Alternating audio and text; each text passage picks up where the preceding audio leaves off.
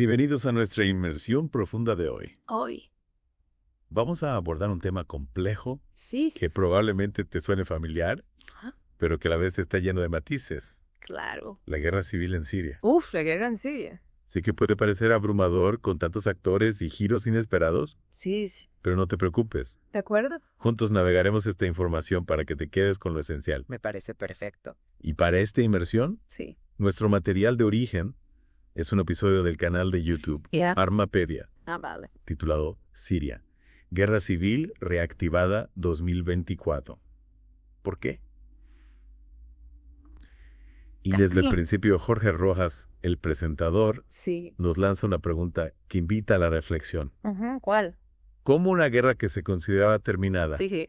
vuelve a encenderse con tanta fuerza? Esa es la clave para entender este resurgimiento del conflicto. Totalmente. Debemos comprender las raíces del problema. Ok, entonces empecemos por ahí. Claro. La dinastía Assad. ¿Cómo es que esta familia ha estado en el poder por tanto tiempo? Bueno, todo comienza con Hafez al-Assad, Sí. padre del actual presidente Bashar al-Assad, Ajá. perteneciente a la minoría alawita. Correcto. Hafez tomó el poder en 1971, O sea, mediante un golpe de Estado. wow. Este evento marcó el inicio de un régimen autoritario que ha perdurado hasta la actualidad. ¿Y cómo reaccionó la mayoría sunita a este cambio de poder? Claro. Imagino que no fue fácil para ellos No. ver a una minoría religiosa tomar el control. Las tensiones estaban latentes desde el principio. Ya veo.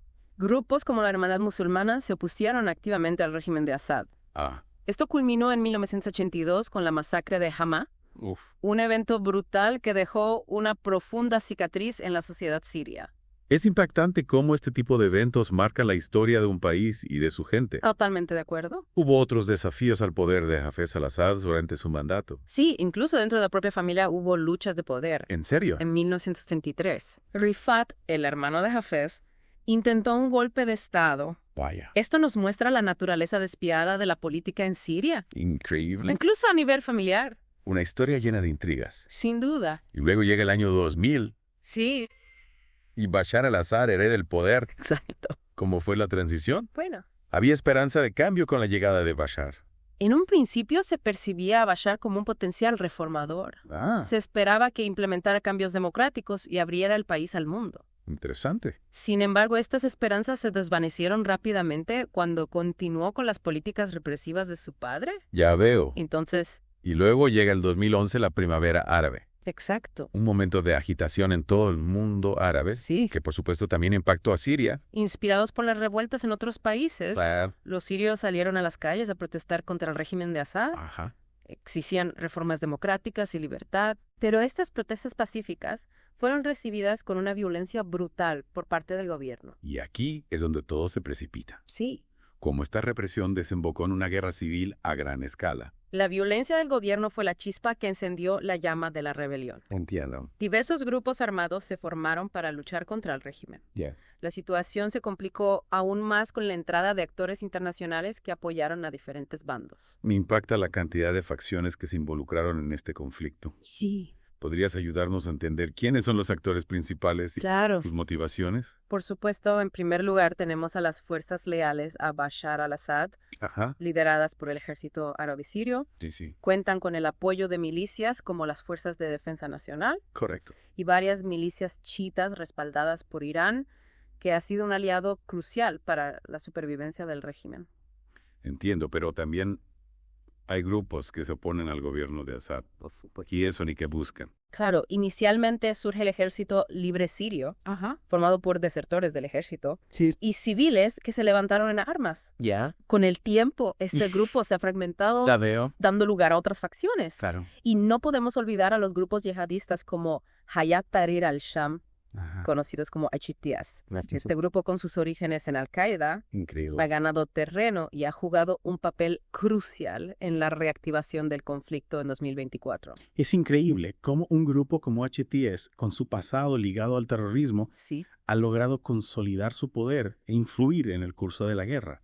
Es un recordatorio de lo complejo y cambiante que es este conflicto. Totalmente. Las alianzas pueden ser frágiles y los grupos evolucionan con el tiempo. Y por si fuera poco, también tenemos a las Fuerzas Democráticas, Siria, las SDF, ajá, una coalición liderada principalmente por kurdos. las SDF han luchado contra ISIS, Ajá. y buscan establecer una región autónoma en el norte de Siria. Su posición es peculiar, ¿Por qué? porque si bien se oponen al régimen de Assad, Ya. también han tenido enfrentamientos con Turquía, Ya veo. que los considera una amenaza a su seguridad nacional. Es un verdadero rompecabezas con tantas piezas en juego. Sin duda.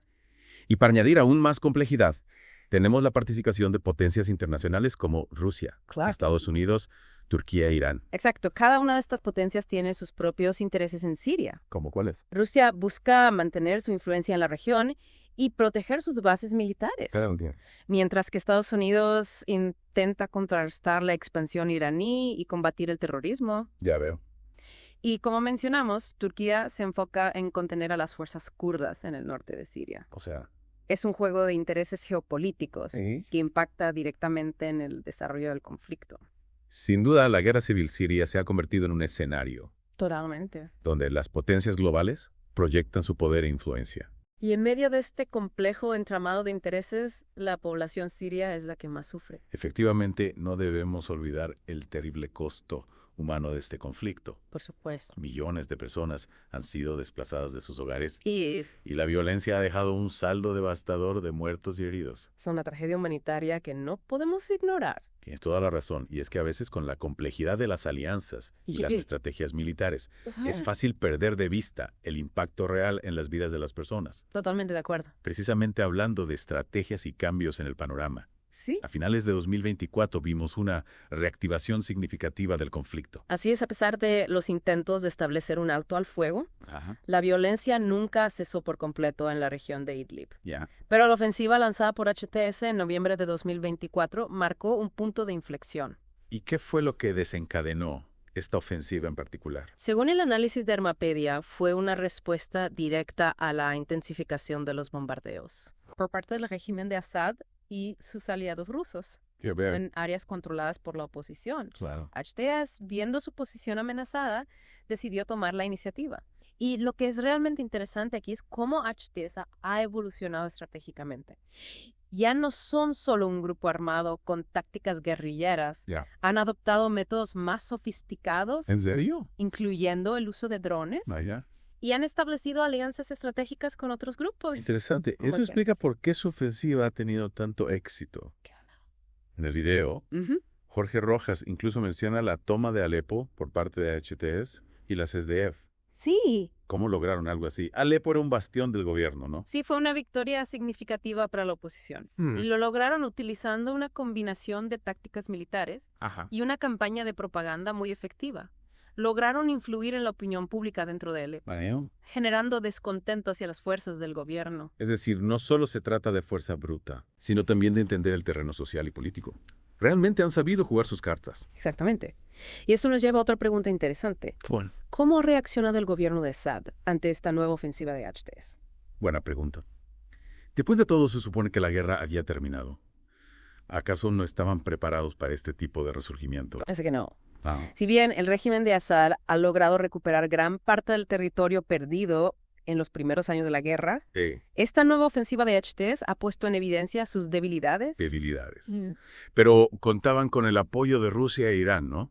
Sí, pero ese apoyo tiene sus límites. Ujú. Rusia está lidiando con sus propios problemas internos y con la guerra en Ucrania. Claro. No pueden permitirse una escalada mayor en Siria. Entiendo. Irán, aunque sigue siendo un aliado clave, Sí. también está enfrentando presiones económicas y políticas. Y allá entonces, Assad se encuentra en una posición más vulnerable de lo que se pensaba.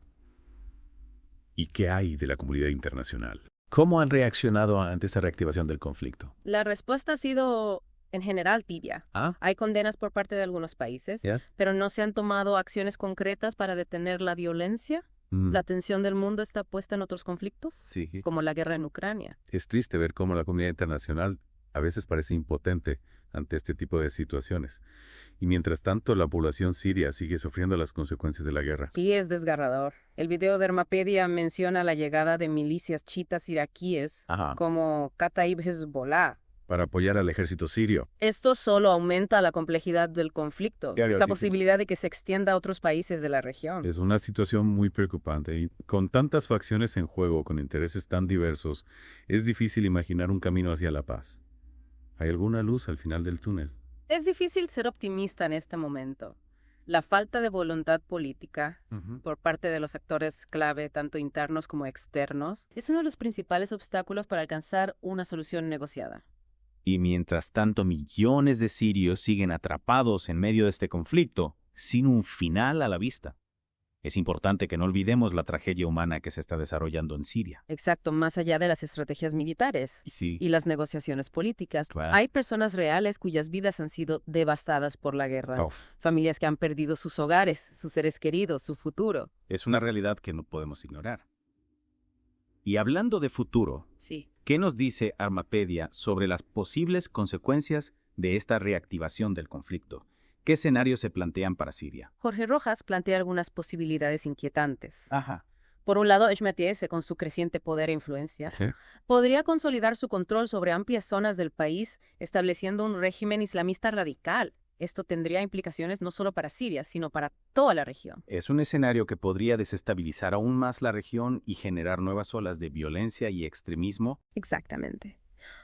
Otro escenario posible, aunque menos probable, es que el régimen de Assad, con el apoyo de Rusia e Irán, Claro. logre recuperar el control total del territorio.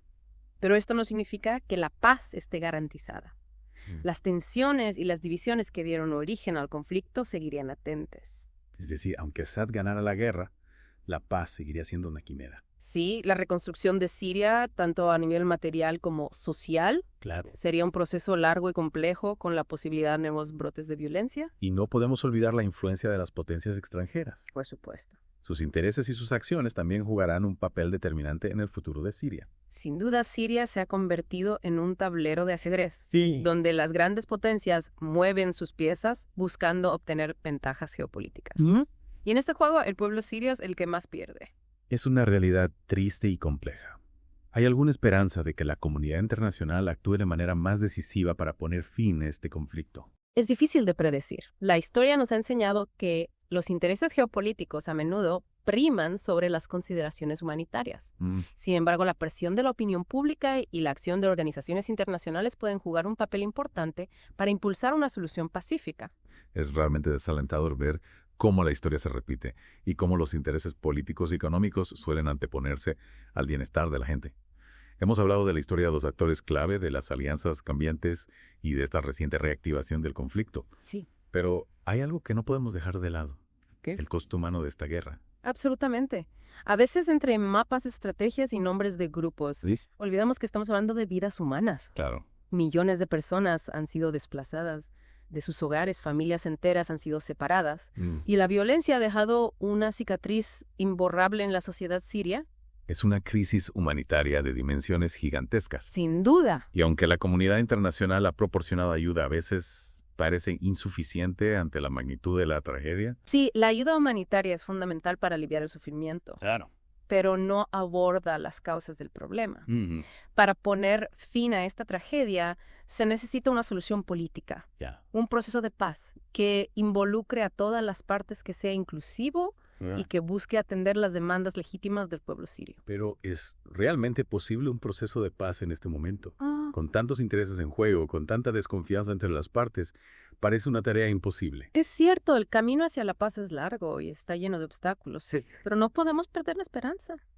La historia también nos ha enseñado que incluso en los conflictos más complejos, la paz es posible, si existe la voluntad política para alcanzarla. ¿Y qué podemos hacer nosotros como ciudadanos del mundo para contribuir a la paz en Siria? En primer lugar, informarnos, conocer la realidad del conflicto más allá de los titulares sensacionalistas. Claro. Es fundamental para generar conciencia y para poder exigir a nuestros líderes que actúen de manera responsable. Es decir, no podemos quedarnos de brazos cruzados esperando que otros resuelvan el problema. No, claro que no. Cada uno de nosotros desde nuestra posición puede hacer algo para contribuir a la paz. Exactamente. Podemos apoyar a las organizaciones humanitarias que trabajan en Siria. Sí. Podemos difundir información veraz sobre el conflicto. Podemos presionar a nuestros gobiernos para que busquen soluciones pacíficas. Y sobre todo no podemos olvidar al pueblo sirio. Por supuesto que no. Sus historias, sus sufrimientos, sus esperanzas deben ser el centro de cualquier esfuerzo por alcanzar la paz. Tienes toda la razón.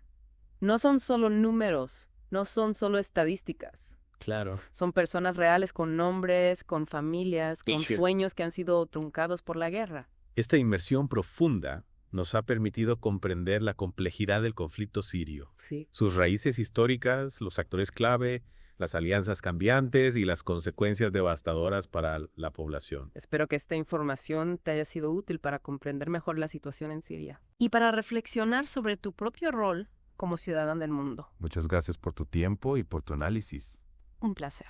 Recuerda que la situación en Siria está en constante cambio. Te animo a seguir informándote a través de fuentes confiables y a mantener viva la esperanza de un futuro de paz para Siria y para todo el mundo.